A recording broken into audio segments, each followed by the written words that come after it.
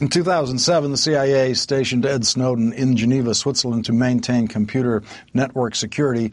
Snowden told The Guardian, "Much of what I saw in Geneva really disillusioned me about how my government functions and what its impact is in the world." He said it was during his CIA stint in Geneva that he thought for the first time about exposing government secrets. While in Geneva, Ed Snowden was in close contact with Mavanee Anderson. Today, Mavanee Anderson wrote an op-ed in the Chattanooga Times Free Press saying, quote, "I don't work for the CIA or NSA, but I obtained top-secret clearance for a position I held in Geneva when I met Ed. My security clearance allowed him to talk to me as a friend about some of the things that weighed on his mind and conscience. He never divulged anything to me he should not have. He spoke in the context of the information I already knew, and in a general sense about the stresses and burdens of the work he performed. He was already experiencing a crisis of conscience of sorts." Joining me for an exclusive interview is Mavanee Anderson. Thank you very much for joining me tonight. Thank you for having me. Mavanee, you had a security clearance when you were there. Were you working as a contractor also? I was not. And I guess I'll just say, so it doesn't seem mysterious at all, and because I think that it's information that can be readily got online, I was a U.S. intern I was a legal intern at the U.S. mission to the United Nations, and I had a top security clearance. Well, that sounds a little confusing, I think, to us, Mavanee, right off the bat, that an intern would have that level of security clearance, just the way the Senate was a little surprised today that someone like Ed Snowden would have that security clearance. Are these security clearances, would you say they are easier to obtain than we out here outside of the intelligence community realize? I think they're actually rather difficult to obtain, and I think that it's important that people understand. I mean, I don't want to get too far into this because really what I want to talk about is my friendship with Ed and my experience with him as a friend, and I want to focus on that. But I did have a top secret security clearance. I did not have the sort of access that he had, and we did not talk about anything that I did not already know. So did he consider quitting this line of work? He was already expressing that he was disillusioned about it back then. Yes, he considered leaving it, and I was in close contact with him from the summer of 2007, as I say in my op-ed, from the summer of 2007 until around the beginning of 2009. And we haven't been in close contact since then, and the fault is probably more mine than his. I'm not very good at keeping up with friends, but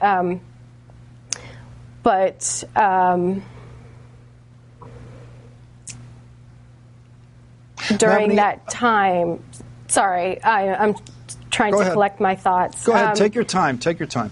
Thank you. I have to think very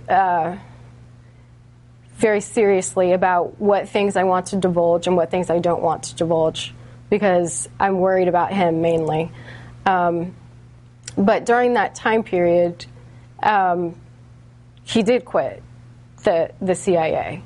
So I knew that he was having a crisis of conscience of sorts, although I feel like for anyone who's sort of self-reflective and introspective and who does the type of work that he did, I feel like there must be points in time when they question the types of things that they do or that they have to do, the decisions they have to make, the lies they have to tell, or the obfuscations even, just to people they're in relationships with or to friends who don't know what they do.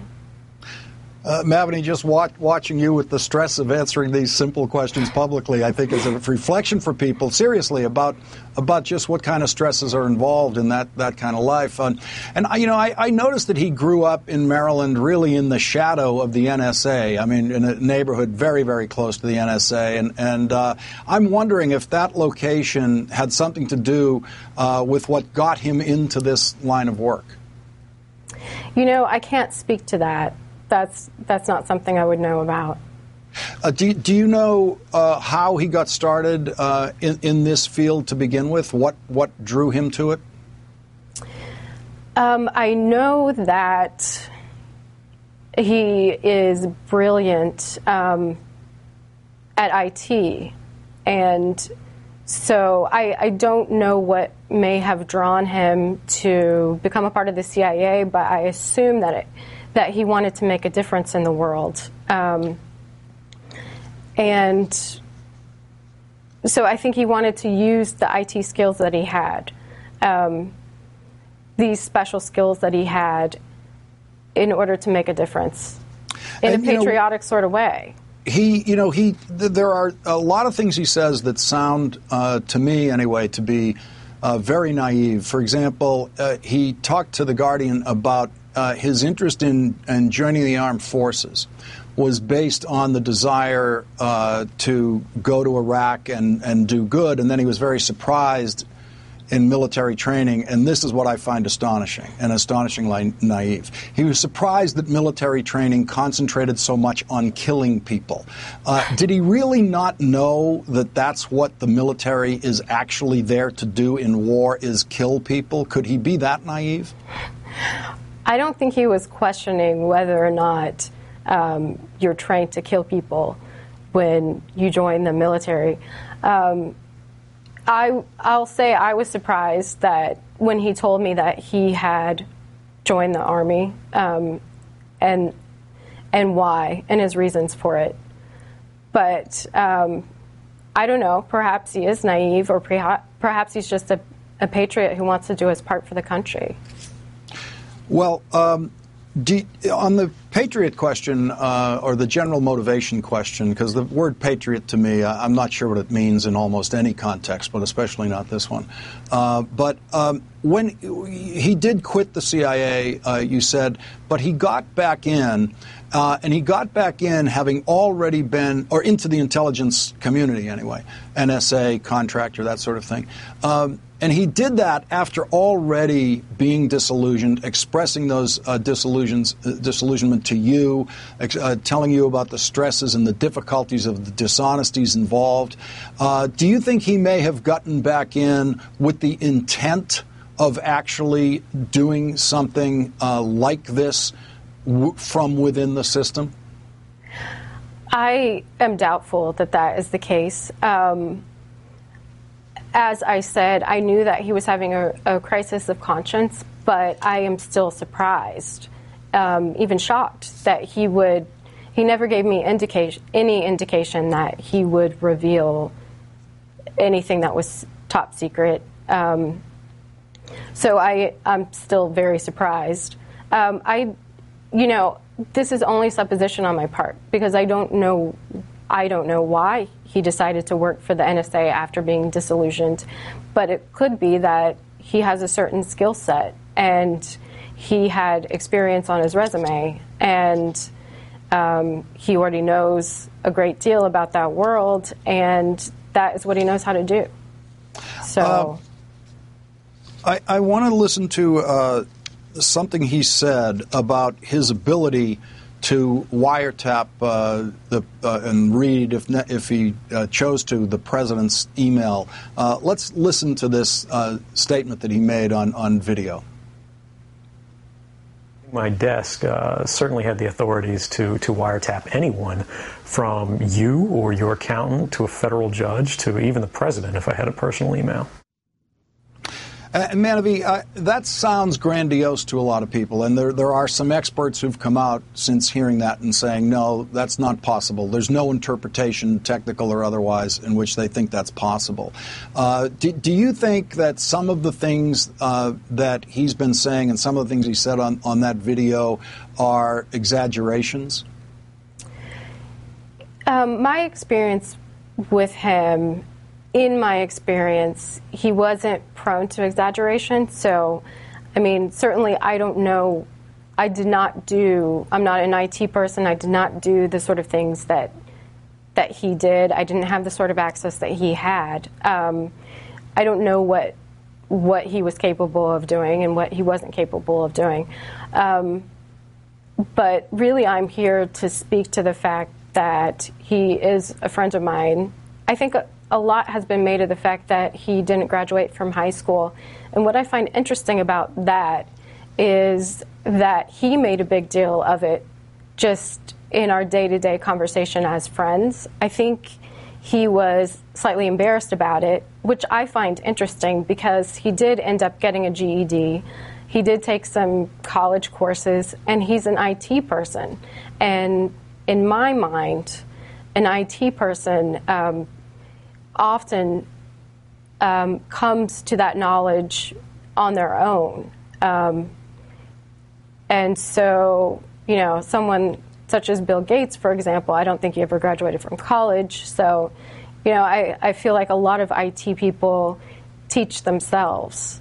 And I always considered him to be, I don't know because I didn't supervise him. I didn't do the sort of work that he did. But I always thought of him as sort of an IT genius. So, for what it's worth, from a friend. Right. And did he ever talk about his view of the world and his view of politics and the way things should be?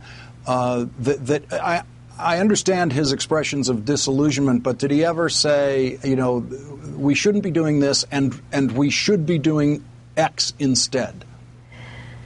No, and I mean, we were friends, and I don't remember having a lot of political discussions with him. So this isn't really something I can speak to. I can speak to his character.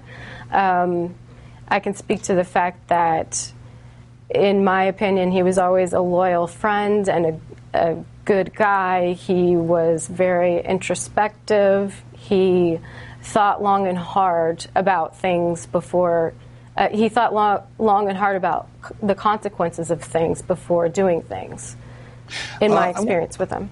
I want to play you something that Ron Paul said during the last presidential campaign because, as we now know, Ed Snowden contributed to Ron Paul's campaign and presumably, if he voted, possibly voted for him. So let's listen to what he said about Osama bin Laden and al-Qaeda, which was a specific interest, obviously, of Ed Snowden's. Osama bin Laden and al-Qaeda have been explicit.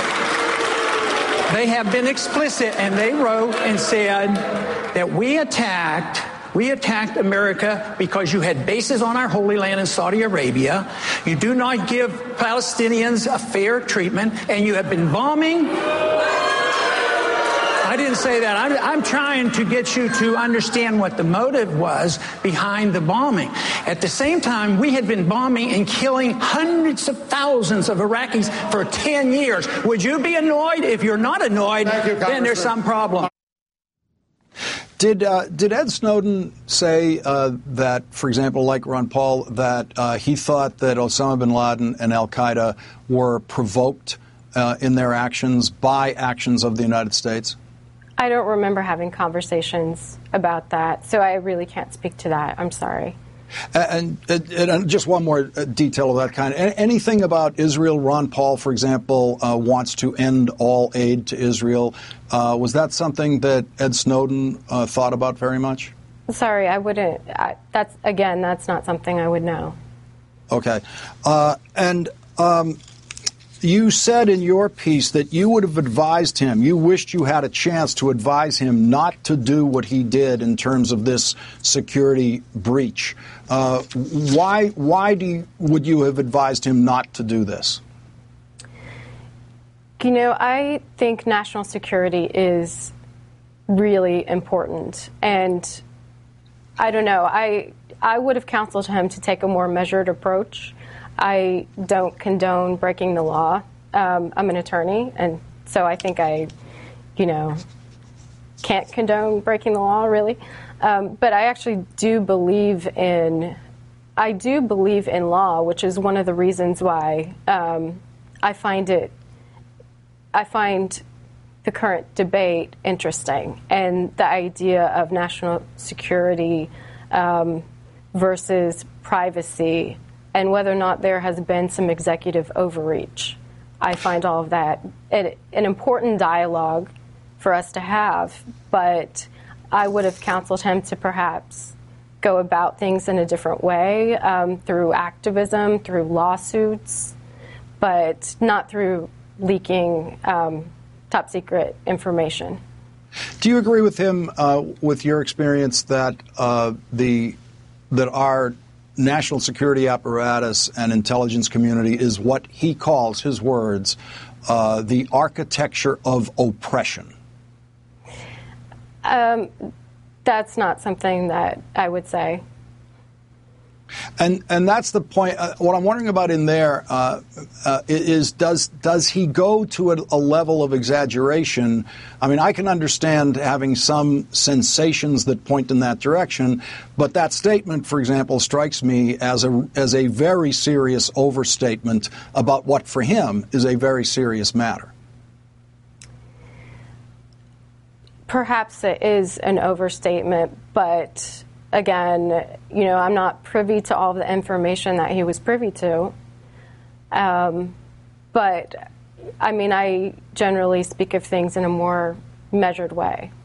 Well, I guess the final point that I want to raise about him as a person, because you're our insight into that, is his sense of balance, his ability to balance things, and his ability to balance conflicting ideas at the same time, which is an intellectual maturation process, which, by the way, we hope occurs to some degree in college, which is one of the reasons, I think, whether they said it or not, that some of the senators were surprised, and I think Barbara Mikulski was getting at it, saying, you can be a great swimmer, and it doesn't make you a Navy SEAL, because there's more that what the personality has to include in order to be an IT guy for the NSA. You may be a perfectly great IT guy for Google, but not have the same kind of maturity that they need in the NSA. And what I'm wondering about is his personality, has it developed that kind of maturity that can balance these things and look at certain things and have a perspective on them? Or is it a personality that allows certain aspects of things to get exaggerated, and he can look at the United States government and think of aspects of it as the architecture of oppression? I'm thinking back on my own college experience and then my own law school experience as well, and I'm not sure that attending the classes that I attended necessarily contributed to that. Well, let me just stop you there. What do you think is the difference between you and your friend Ed when you look at the American government and he sees the architecture of oppression and you don't? What do you think is the difference between the two of you there? It's a good question. I do think that there are some issues, actually, and I do think that this dialogue is very important. I think that there has perhaps been some executive overreach, and it could maybe be scaled back. I'm a big advocate for judges and for search warrants, and I definitely think that there needs to be oversight, especially in an area such as this, in the intelligence world, when there aren't journalists who necessarily have access, who can sort of bring things to the light of day. I think it's so much more important, perhaps, to make sure that we have the appropriate amount of oversight. So I don't know why it is that I sound different when I talk about it than he sounds when he talks about it. But Mavanee, because there's a huge difference between overreach and oppression. Those are very, very different things. I think you and I can both agree that there is government overreach, and there's a lot of it in a lot of different areas, and surely there must be a great deal of it in the intelligence community. But there's a very big difference between overreach and oppression, and that difference may be, I'm suggesting, it may be a difference of the maturity of the frame with which you look at things. And then again, it simply may be that Ed Snowden has a level of information that the rest of us may never have. But, Mavanee, we're out of time. I want to thank you very, very much for joining us tonight. I really appreciate this. I understand how difficult and awkward it is for you to talk about both your friend and your own experience within your own occupational history and all of this, and I really appreciate you joining us. Thank you very much. Thank you.